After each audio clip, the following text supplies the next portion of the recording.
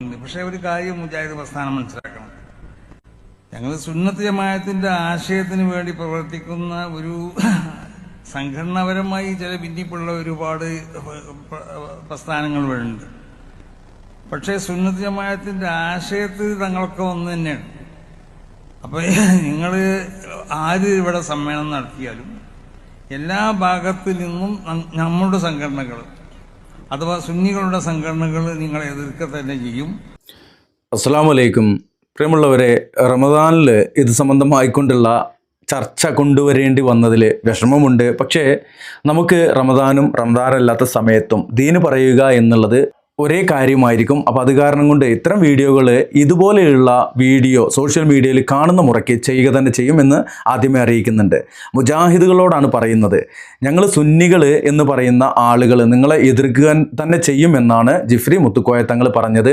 അത് പണ്ട് മുതലേ എതിർക്കുന്നുണ്ട്, ഇപ്പോഴും നിങ്ങൾ എതിർത്തുകൊണ്ടേ പോകുന്നുണ്ട്. നിങ്ങൾ അങ്ങോട്ടും ഇങ്ങോട്ടുള്ള എതിർപ്പുകൾ അതൊക്കെ ഒന്ന് നിർത്തിയിട്ട് യഥാർത്ഥ സുന്നത്ത് ജമാഅത്തിൽ എല്ലാവരും എത്തണം എന്നുള്ള ഒരു ആഗ്രഹമുള്ള ആളാണ് ഈ ഉള്ളവൻ. എന്തായാലും തങ്ങൾ പറയും അത് ഖിയാമത്ത് വരെ അത് ഇവിടെ നടന്നുകൊണ്ടിരിക്കും ചെയ്യും. അതിൽ യാതൊരു അപ്പോൾ ഖിയാമത്ത് വരെയും നിങ്ങൾ അങ്ങോട്ടും ഇങ്ങോട്ടും തല്ലിക്കൊണ്ടിരിക്കും എന്നുള്ള ആ ഒരു നിലപാട് പറഞ്ഞു കഴിഞ്ഞിട്ടുണ്ട്. എന്നിട്ട് ബാക്കി ഇല്ല. മൗലവിക്ക് ഒരു ഹദീസും ഖുർആനും കൂടി നോക്കുമ്പോൾ ആ ഹദീസിന്റെ അർത്ഥം മൂപ്പർക്ക് മനസ്സിലാണില്ല. അതാണ് ഇപ്പൊ അതിന്റെ സത്യം. അപ്പൊ അത് ഖുർആനോട് എതിരാണ്. ഇതാണ് ഖുർആനും ഹദീസും മനസ്സിലാക്കണം എന്ന് ഞങ്ങൾ പറയണത്. അപ്പൊ ഖുർആനോട് എതിരായി കൊണ്ട് ഒരു ഹദീസ് എന്ത് വിഡിത്തരാണ് ഈ പറഞ്ഞതെങ്കിൽ ഖുർആനോട് വിരുദ്ധമായി വരുന്ന ഹദീസിനെ തള്ളണം. ഹദീസിനെ എങ്ങനെ തള്ളാൻ പറ്റുമോ? നല്ലൊരു ചോദ്യമാണ്. ഖുർആനെതിരായി കൊണ്ടുവരുന്ന ഹദീസിനെ തള്ളണം എന്നുള്ള ആ ഒരു വാദത്തെയാണ് ഇദ്ദേഹം ഇവിടെ എതിർക്കുന്നത്. ഖുർആനെതിരായിക്കൊണ്ട് ഒരു ഹദീസ് ഉണ്ടാവൂല, ഖുർആനെതിരായിക്കൊണ്ട് ഒരു ഹദീസ് ഉണ്ടാവൂല എന്നുള്ളത് റസൂലുള്ളാഹി സ്വല്ലല്ലാഹു അലൈഹി വസല്ലമയെ സംബന്ധിച്ചുകൊണ്ട് പരിശുദ്ധ ഖുർആനിൻ്റെയും അതുപോലെ തന്നെ ആയിഷത്തു സിദ്ദീഖ റളിയല്ലാഹു തആല അൻഹ എന്ന ഉമ്മഹാത്തുൽ മുഅ്മിനീനിൽപ്പെട്ട റസൂലുള്ളാഹി സ്വല്ലല്ലാഹു അലൈഹി വസല്ലമയുടെ പ്രിയതമയിൽ നിന്നുള്ള ഹദീസിൻ്റെയും അടിസ്ഥാനത്തിൽ നമുക്ക് പറയാൻ കഴിയും. റസൂലുള്ളാഹി സ്വല്ലല്ലാഹു അലൈഹി വസല്ലമയുടെ ജീവിതം പരിശുദ്ധ ഖുർആനായിരുന്നു എന്നുള്ളതാണ് ആയിഷ ബീവി ആ ഒരു വിഷയത്തെ സംബന്ധിച്ച് റിവായത്ത് ചെയ്തിട്ടുള്ളത്. അങ്ങനെ വരുമ്പോൾ റസൂലുള്ളാഹി സ്വല്ലല്ലാഹു അലൈഹി വസല്ലമയുടെ ജീവിതം പരിശുദ്ധ ഖുർആനാണെങ്കിൽ ആ ജീവിതത്തിൽ പരിശുദ്ധ ഖുർആനെതിരായിട്ട് എങ്ങനെ ഒരു വാക്ക് വരിക, ഒരു പ്രവൃത്തി വരിക, അല്ലെങ്കിൽ ഒരു മൗനാനുവാദം വരിക? അപ്പോൾ പരിശുദ്ധ ഖുർആനിന് വിരുദ്ധമായിക്കൊണ്ട് ഹദീസ് എന്ന് പറഞ്ഞു കൊണ്ടുവരുന്ന സാധനം അത് ഹദീസല്ല. അത്രേ ഉള്ളേ. ഹദീസ് തള്ളണ്ട, ഒരു ഹദീസും തള്ളരുത്. ഖുർആന് എതിരായിക്കൊണ്ട് ആ ഹദീസിൻ്റെ മത്തിന് ഖുർആൻ എതിരാണെങ്കിൽ അത് ഹദീസ് അല്ല. അത്രേ ഉള്ളൂ. ഖുർആനെതിരായിക്കൊണ്ട് റസൂലുള്ള ഒന്നും പറയില്ല. അതാദ്യം മനസ്സിലാക്കുക. ഖുർആനെതിരായിക്കൊണ്ട് റസൂലുള്ള ഒന്നും പ്രവർത്തിക്കൂല. പരിശുദ്ധ ഖുർആനെതിരായിക്കൊണ്ട് റസൂലുള്ളാഹി സ്വല്ലല്ലാഹു അലൈഹി വസല്ലം ഒരു മൗനാനുവാദം പോലും നൽകൂല. അപ്പോൾ ആ ഒരു വിഷയത്തിൽ അത്രയും നമ്മൾ മനസ്സിലാക്കേണ്ടുള്ളൂ. ഖുർആനെതിരായിക്കൊണ്ട് ഹദീസ് എന്ന് പറയുന്നൊരു വാറോല വന്നു കഴിഞ്ഞാൽ അത് എടുക്കേണ്ടതില്ലാന്ന്, ലൈഫും കൂടി അല്ലാന്നേ, അങ്ങനെ വരൂല.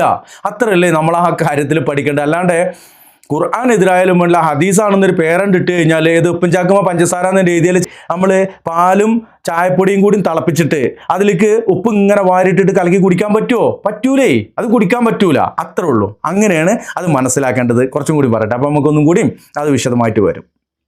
നബി സല്ലല്ലാഹു അലൈഹി വസല്ലം തങ്ങൾക്കുള്ള അഖ്വാല് അഫ്ആലുകൾ തഖാരീറുകളല്ല ഹദീസുകൾ. അതിന്റെ അർത്ഥം നബി സല്ലല്ലാഹു അലൈഹി വസല്ലം തങ്ങളെ ഞങ്ങൾ അംഗീകരിക്കില്ല എന്നല്ലേ പറഞ്ഞതിന്റെ അർത്ഥം? അല്ലല്ലല്ല, അങ്ങനെയല്ല. പരിശുദ്ധ ഖുർആനിന്റെ അധ്യാപനത്തിന് വിരുദ്ധമായിക്കൊണ്ടൊരു റിപ്പോർട്ട് വന്നു എങ്കിൽ അതൊരിക്കലും ഹദീസാവൂല.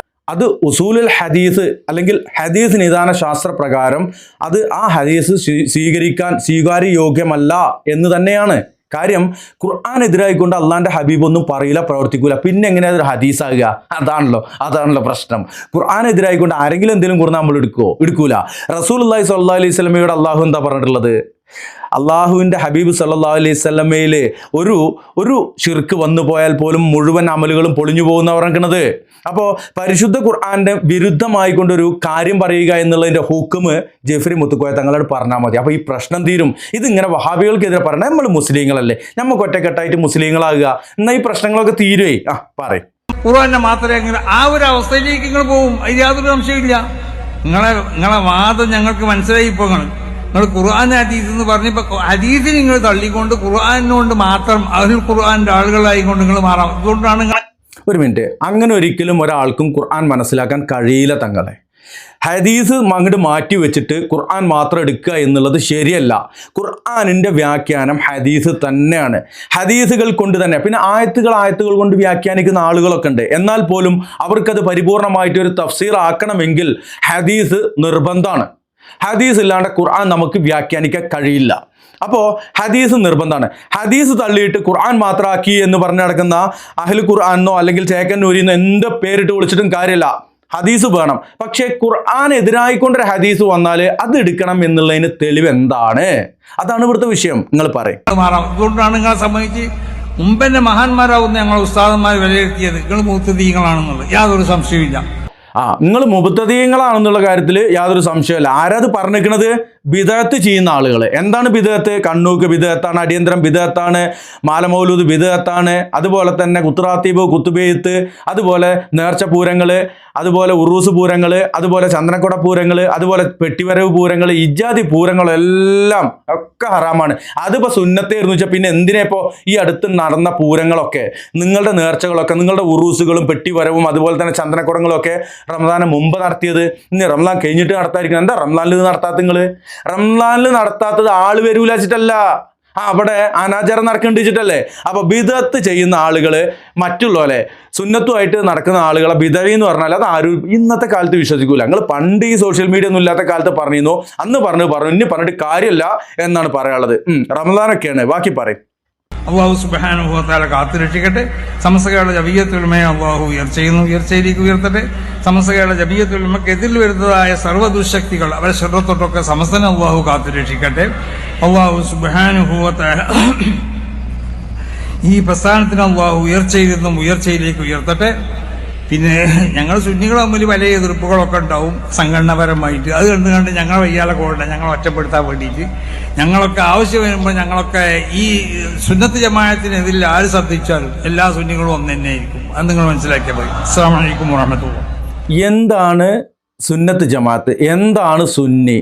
ഇതൊന്നും ഇവിടെ വിഷയമല്ല. അതിന് അല്ലാഹു അക്ബർ വിളിക്കാൻ ഒരു തക്ബീർ തൊഴിലാളികളും ഉണ്ട് അവിടെ. ഇവിടെ സമസ്ത കേരള ജമിയത്തുൽ ഉലമ ഉയരങ്ങളിലേക്ക് ഉയർത്തട്ടെ എന്നൊക്കെ പറഞ്ഞു. ഉയർത്തിക്കോട്ടെ, ഉയർത്താൻ പറ്റുന്നിടത്തോളം നിങ്ങൾ ഉയർത്തിക്കോളെ, അതിലൊന്നും ഇവിടെ പ്രശ്നമല്ല. പക്ഷേ ഈ തല്ലുണ്ടല്ലോ, ഈ വഹാബി അതുപോലെ തന്നെ മൗദൂദി അതുപോലെ തന്നെ വേറെ എന്തെങ്കിലുമൊക്കെ പേര് പറഞ്ഞുകൊണ്ട് നിങ്ങളെ ആശയമായിട്ട് മുന്നോട്ട് പോയി. പിന്നെ നിങ്ങൾ സുന്നികളൊക്കെ ഞങ്ങളൊക്കെ ചെറിയ ചെറിയ പ്രശ്നങ്ങളൊക്കെ ഉണ്ട്, ചെറുതൊന്നുമല്ല, നിങ്ങൾ വലിയ വലിയ പ്രശ്നങ്ങളുണ്ട്. കാന്തപുരത്തിൻ്റെ കയ്യിലുള്ള മുടി നിങ്ങൾ അംഗീകരിക്കൂലേ? അത് നിങ്ങൾ ഇതുവരെ നിങ്ങൾ അംഗീകരിക്കൂല എന്ന് പറഞ്ഞിട്ടുണ്ട്. ഇനിയിപ്പോൾ നിങ്ങൾ അങ്ങോട്ട് ഒന്നാകാണിച്ചാണ്ട് അംഗീകരിക്കുമോ? അല്ല, ഒരു കാര്യം നമ്മൾ മനസ്സിലാക്കേണ്ടതുണ്ട്. അപ്പോൾ അവിടേക്കൊന്നും നമ്മൾ കൂടുതൽ പോകണില്ല. ഇവിടെ പറഞ്ഞു വന്നത് ഇത്രയേ ഉള്ളൂ. ഖുർആന് അത് അടിസ്ഥാനമാക്കി ജീവിക്കുക. ഖുർആന് മനസ്സിലാക്കേണ്ടത് ഹദീസിലൂടെ തന്നെയാണ്. അപ്പോൾ ഖുർആനെതിരായിക്കൊണ്ട് ഹദീസ് വന്നാൽ ആ ഹദീസിൻ്റെ മത്തിന് അത് ഖുർആൻ്റെ അധ്യാപനത്തിന് വിരുദ്ധമാണെങ്കിൽ അത് ഹദീസല്ല. റസൂലുള്ളാഹി സ്വല്ലല്ലാഹു അലൈഹി വസല്ലമ ഖുർആന് വിരുദ്ധമായിട്ട് ഒന്നും പറയില്ല, ഒന്നും പ്രവർത്തിക്കില്ല. ഇപ്പോൾ ഇദ്ദേഹം ഇവിടെ പറഞ്ഞ ആ ഒരു കാര്യം അടിസ്ഥാനമാക്കിയിട്ട് ഇവിടെയുള്ള ആളുകൾക്ക് എന്താ മനസ്സിലാക്കാൻ കഴിഞ്ഞത്? ഖുർആന്റെ അധ്യാപനത്തിനെതിരായിക്കൊണ്ടൊരു ഹദീസ് വന്നാലും അത് ഞങ്ങൾ എടുക്കും, അത് ഞങ്ങൾ സ്വീകരിക്കും എന്നുള്ളതല്ലേ. അപ്പോൾ ഇത്രേ ഉള്ളൂ ഇവരുടെ ആദർശം എന്ന് പറയുവാൻ വേണ്ടിയിട്ടായിരുന്നു ഈ വീഡിയോ ചെയ്തത്. ഇൻഷാ അല്ലാഹ് റമദാനൊക്കെയാണ്, ഇതുപോലെയുള്ള കാര്യങ്ങളൊക്കെ കുറച്ച് മാറ്റി വെച്ചുകൊണ്ട് അള്ളാഹുവിൻ്റെ ഹബീബ് സല്ലല്ലാഹു അലൈഹി വസല്ലമയുടെ സ്വഹീഹായ ഹദീസുകൾ, ഖുർആൻ്റെ അധ്യാപനത്തിന് വിരുദ്ധമായ ഹദീസ് എന്ന് പറഞ്ഞൊരു സാധനം വന്നാൽ അതെങ്ങനെ നമ്മൾ സ്വീകരിക്കുക? അള്ളാഹ് പറഞ്ഞു എന്ന് പറഞ്ഞുകൊണ്ട് അള്ളാഹിൻ്റെ റസൂൽ ഒരു കാര്യം പറഞ്ഞു, അത് കഴിഞ്ഞിട്ട് നിങ്ങൾ ഒരു വാറോയിലെടുത്തും കൊണ്ടുവരിക, എന്നിട്ട് പറയാണ് ഇത് ഹദീസാണെന്ന്. അത് ഖുർആന്റെ അധ്യാപനത്തിന് വിരുദ്ധമാണ്. ഈ ഹദീസിന്റെ മത്തന്, ഈ ഹദീസിന്റെ കണ്ടന്റ് അത് പരിശുദ്ധ ഖുർആന്റെ ആയത്തിന് വിരുദ്ധമാണെന്ന് പറഞ്ഞാൽ ഹദീസ് എന്ന് പറഞ്ഞു പോയില്ലേ, ഏത് പിഞ്ചാക്കുമ്പോ പഞ്ചാരാന്ന് പറ്റൂലെന്നേ പറഞ്ഞുള്ളൂ. ഇൻഷാ അല്ലാഹ് അള്ളാഹു സത്യമായിട്ട് മനസ്സിലാക്കാൻ ഇങ്ങൾക്കും ഞമ്മക്കും ഒക്കെ തൗഫീക്ക് ചെയ്യട്ടെ. ഈ റമദാൻ മാസത്തിന്റെ ബറക്കത്ത് കൊണ്ട് കുറച്ചുകൂടി നമുക്ക് അള്ളാഹുവിൻ്റെ സഹായം ഈ വിഷയത്തിൽ ലഭിക്കട്ടെ. നമ്മുടെ ഈ ഭിന്നതകളൊക്കെ മാറ്റിവെച്ചുകൊണ്ട് യഥാർത്ഥ ദീന് അത് പരിശുദ്ധ ഖുർആനിൽ നിന്നും സ്വഹീഹായ ഹദീസിൽ നിന്നും മാത്രം അത് പഠിക്കുകയും അത് ജീവിതത്തിൽ പ്രാവർത്തികമാക്കുകയും ചെയ്യുന്ന ഒരു ഉമ്മത്ത് അല്ലേ, അതൊന്നും വരാതെ പോകൂല. ഇവിടെ ആരുടെ അടിസ്ഥാനപരമായ വിഷയങ്ങളിലേക്ക് വരേണ്ടി വരും. അള്ളാഹു എന്താണ് പറഞ്ഞത്, അള്ളാഹുവിൻ്റെ ഹബീബ് എന്താ പറഞ്ഞത് എന്നുള്ളത് മറച്ചു വെക്കാതെ നമുക്ക് പറയേണ്ടി വരുന്ന ഒരു കാലം വരാനുണ്ട്. മറക്കാതിരിക്കുക. ആ കാലം ഒരുപക്ഷെ നമുക്ക് ശേഷമായിരിക്കാം. എന്നാൽ അന്ന് നമ്മൾ കുലംകുത്തികളായിട്ട് അറിയപ്പെടാതിരിക്കുവാൻ വേണ്ടിയെങ്കിലും ഈ പരിശുദ്ധ റമദാനിൻ്റെ ആ ഒരു സാഹചര്യമൊക്കെ മുൻനിർത്തിക്കൊണ്ട് കുറച്ചുകൂടിയൊക്കെ നമ്മൾ ഈ കാര്യങ്ങളിലൊക്കെ സൂക്ഷ്മത പുലർത്തുക. അള്ളാഹു അനുഗ്രഹിക്കട്ടെ. അസ്സലാമു അലൈക്കും വറഹ്മത്തുള്ളാഹി.